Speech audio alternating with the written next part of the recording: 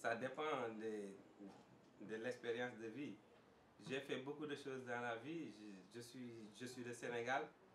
Il y a beaucoup de cultures qui sont différentes. Et puis, si, la question est, si les gens qui vivent au Sénégal, le conseil que je leur donne, peut ne, peut ne, ne peut pas, si tu vas à un autre pays, par exemple, si tu vas en Europe, le conseil peut ne pas être la même chose.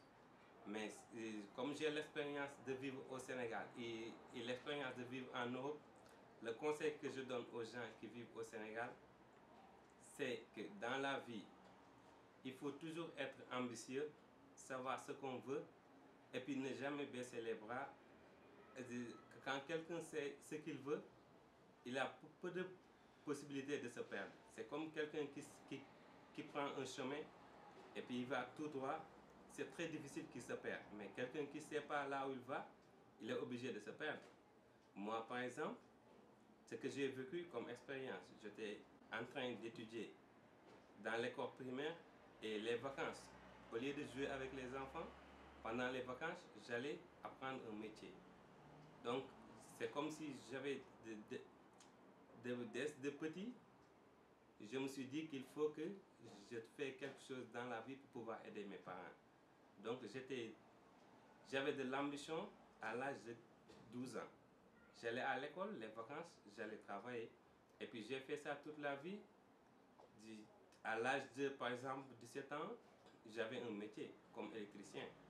C'est pourquoi je dis que dans la vie, quelqu'un doit savoir ce qu'il veut. Si on ne sait pas ce qu'on veut, les années passent vite et on risque de se perdre.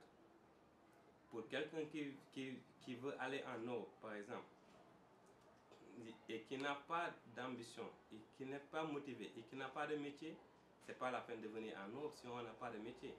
Donc on est obligé de faire des travaux secondaires. Les travaux secondaires, tout le monde peut le faire.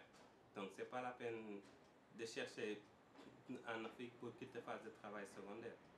Et puis c'est pourquoi mon conseil aux jeunes qui sont là-bas, c'est d'étudier et puis de prendre un chemin, de faire une formation. Sinon, si on n'a pas la possibilité de faire une formation, au moins on essaie d'étudier pour avoir une carrière. Parce que quand on a une carrière, c'est comme si on a un métier. Si on n'a pas la possibilité d'étudier ou bien on n'a pas les moyens d'étudier, on va apprendre la pratique. On essaie d'apprendre un métier. Tous les moyens sont bons pour